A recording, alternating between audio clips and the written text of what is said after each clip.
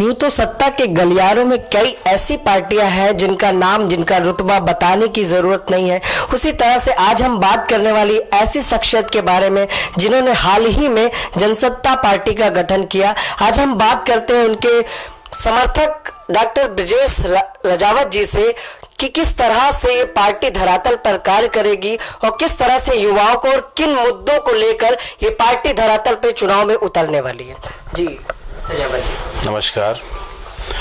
आपने जो सबसे पहले मैं आपको धन्यवाद देना चाहता हूं कि आपने कम से कम उस मुद्दे का पहल एक चलाया है कि किस मुद्दे पर। मुद्दा जग जाहिर है। आपने जैसा कि रमाबाई पार्क में आदरणीय रघुराज प्रताप सिंह राजा भैया जो हम सबके नेता हैं, राष्ट्रीय अध्यक्ष जनसत्ता के, सुना होगा। हाँ, ये जरूर कयास है कि होता कुछ और है, प्रस्तुत कुछ और किया जा सकता है, और ये महामंडन आप लोग ही करते हैं। तो मेरा आज आपके चैनल के द्वारा, आपकी बाइट के द्वारा एक संदेश है। हम क्या हैं, जगत क्या है, क्यों आए हैं, क्या करना है। जब तक हमारा विषय से विषयांतर करने का जो एक पराकाष्ठा इस समय चल रही है टीवी चैनलों पर, बोलना कुछ और है और व्यक्त कुछ और होता है, वो बिल्कुल नहीं है। महाराज साहब आदरणीय राजा भैया का मिशन जनसत्ता का उदय होना इस बात का गवाह है कि भारत की राजनीति के परिप्रेक्ष्य में एक इस तरह का दिवाकर का उदय हो जो सबके लिए चमके। सूर्य जब निकलता है आकाश में अस्तबल पे चलता है। लोग जो है हाँ ये तक कहते थे कि राजा भैया ने जिस दिन भी पार्टी बनाई तो अगले मुख्यमंत्री वही होंगे, और कहीं ना कहीं इनका जो व्यक्तित्व है, व्यक्तिगत जो संबंध है, वही शायद थे जिस वजह से जनसत्ता की रैली में काफी संख्या में भीड़ उमड़ के दिखाई दी। जी जी, बहुत अच्छी बात आपने कही। देखिए, एक होता है प्रेशर, एक होता है पैसा, और आपने ये बखूबी देखा होगा, ना प्रेशर ना पैसा। लोग स्वेच्छा से आए, लोग प्रेम से आए, लोग सिर्फ भैया को देखने के लिए आए कि हाँ, आज भारत के इतिहास में राजनीतिक परिप्रेक्ष्य में अगर देखा जाए तो कोई ऐसा शख्स है जो पहली बार ये कहने की दमखम रख सका जी कि जिस तरह से मैं उसी बात पे आता हूँ। सूर्य चमकता है, वो ये नहीं कहता है कि मैं ठाकुर के लिए चमक रहा हूँ, मैं ब्राह्मण के लिए चमक रहा हूँ, मैं ईसाई के लिए, मैं उसके लिए, मोमिन के, सबके लिए। महाराज का भी यही, राजा का भी यही है कि सबके लिए नियम बराबर होना चाहिए। एक तरफ आप बात करते हैं सुप्रीम कोर्ट की, हम अदालत का फैसला मानेंगे। दूसरे मुद्दों पे मैं वैश्यांतर नहीं करूंगा आपको, दूसरे मुद्दों पे आप कहते हैं अदालत का फैसला मान होगा।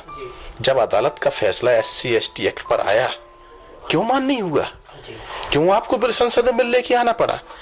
बहुत से ऐसे मुद्दे हैं जो आप कह करके आए, वादे करके आए हैं। हाँ, आपने अपने मैनिफेस्टो में दावे तक किए। वही, उनसे तो आप पीछे होते चले आ रहे हैं।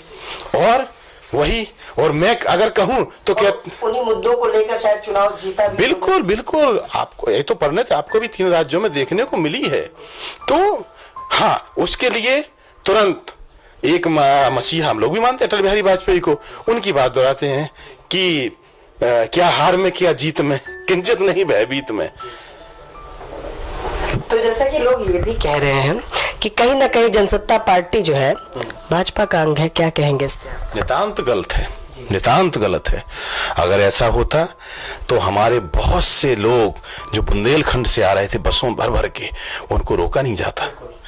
बहुत से लोग रायबरेली कुंडा से निकल चुके थे पैदल, बसों में, साइकिलों से, उनको रोका गया। एक तरह जिस तरह से युवाओं का रुझान जनसत्ता की रैली में देखने को मिला, लेकिन वही हम बात करेंगे बुजुर्गों की जिनकी उम्र 80-90 ये थी, वो भी आया। उन्होंने भी ये कहा कि राजा भैया का जो प्रेम है, जो जिस तरह से उन्होंने कार्य किए प्रतापगढ़ कुंडा में, कई जिनकी आंखें नहीं थी उनको नेत्र तक दिलवाए और कई लोगों के ऑपरेशन तक कराए।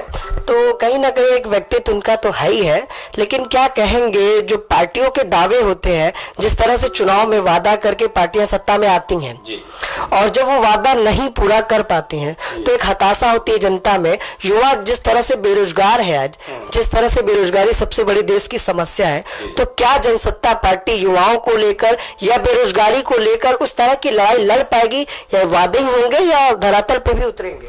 देखिए, आपका सवाल बिल्कुल जायज है, और पिछले 25 साल की अगर मैं बात करूं तो कुछ तो बात होगी।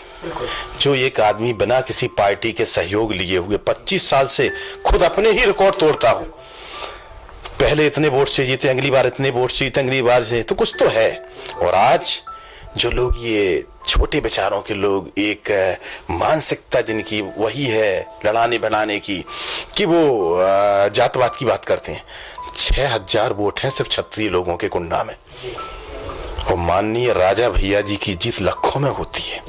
अगर सर्व समाज को लेके नहीं चल रहे होते, वो सबको लेके नहीं चल रहे होते, और उनका मुद्दा क्या है, ये जो आपने बात करी कि सबको मिले, वही है कि अगर आप आईएएस हैं और आप आरक्षण का लाभ ले रहे हैं तो प्लीज अब तो लाइन से हट जाइए। वो बात छोड़ दीजिए कि हम जहां से खड़े होते हैं लाइन वहीं से शुरू होती।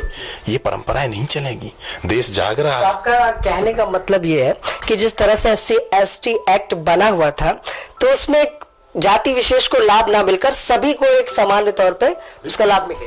भाई हमारी बच्ची के साथ बलात्कार होता है तो भाई नहीं, वो आप तो उस जांच से आते हैं, और उनकी बच्ची का होता है तो उसको 1 लाख रुपया। दर्द तो सबका एक ही होता है। सब दर्द होता है। बेटियां सबकी बराबर होती हैं, क्या आपकी, क्या हमारी, क्या जिसकी।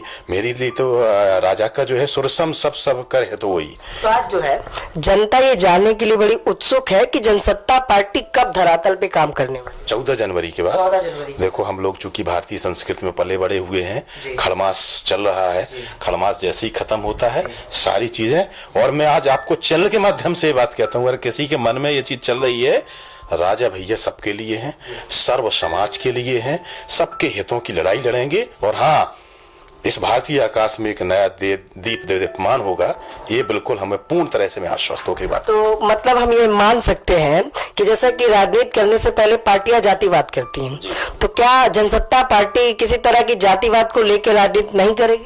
बिल्कुल नहीं, कदापि नहीं।